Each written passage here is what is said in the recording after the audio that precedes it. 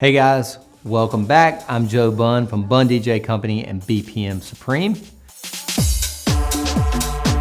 I truly believe that as DJs, we have one of the best jobs in the world. I love my job, and if you don't love doing this, I suggest you seek another form of employment.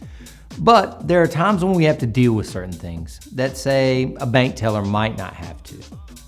In this episode, I want to talk about dealing with 3 types of folks that we will simply classify as jerks since they told me not to cuss in these videos.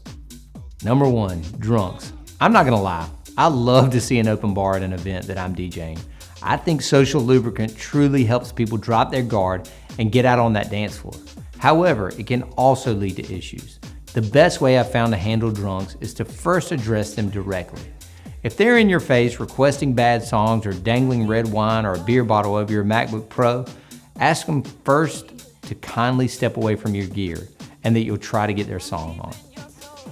I usually give them one more chance when they come up and ask more forcefully this time.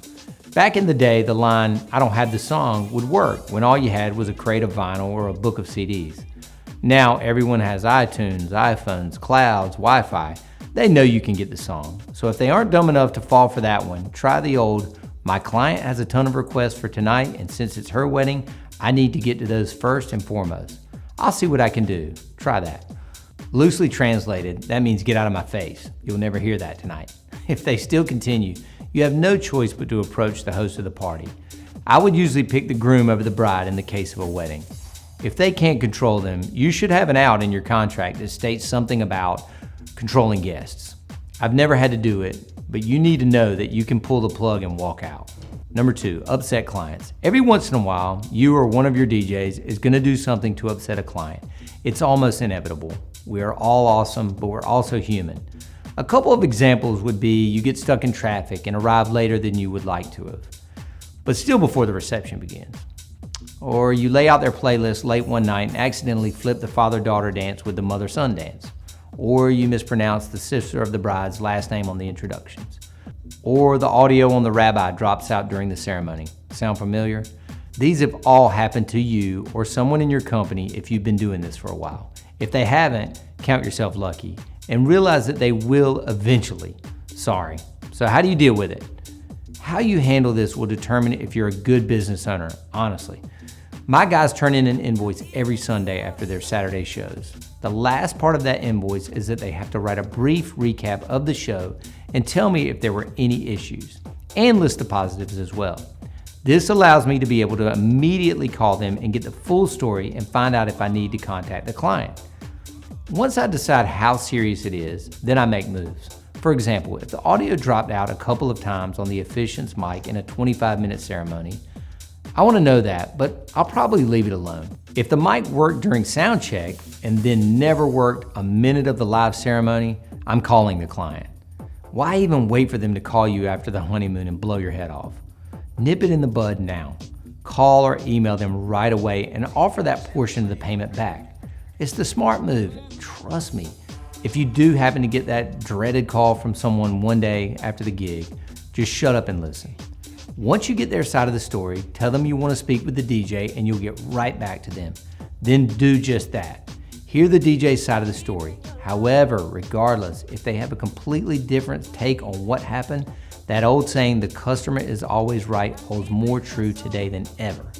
Are you willing to risk an upset client getting on Wedding Wire or the knot and trashing your DJ and your company? I'm not.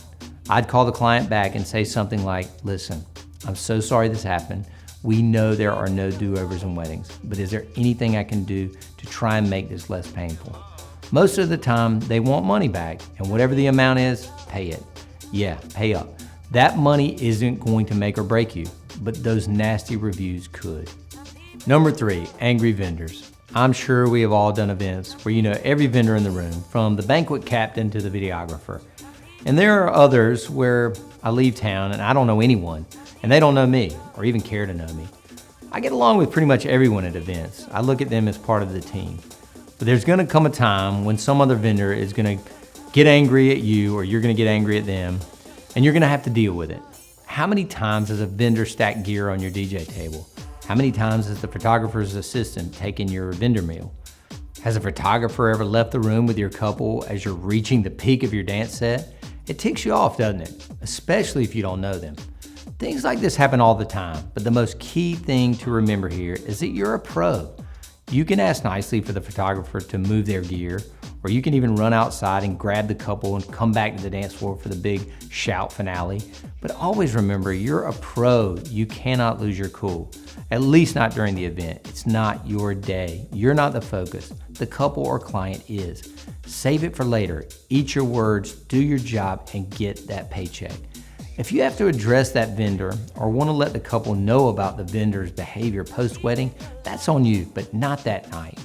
I'll compare it to football. Sometimes you see guys flip out on each other on the sidelines on the same team during the game, and that's all the announcers talk about the rest of the night. They keep replaying the clip over and over again. Why? Because they look foolish and unprofessional. Don't do it.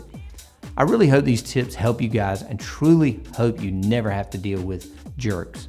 I'm Joe Bunn with BPM Supreme and Bunn DJ Company. Thanks for watching.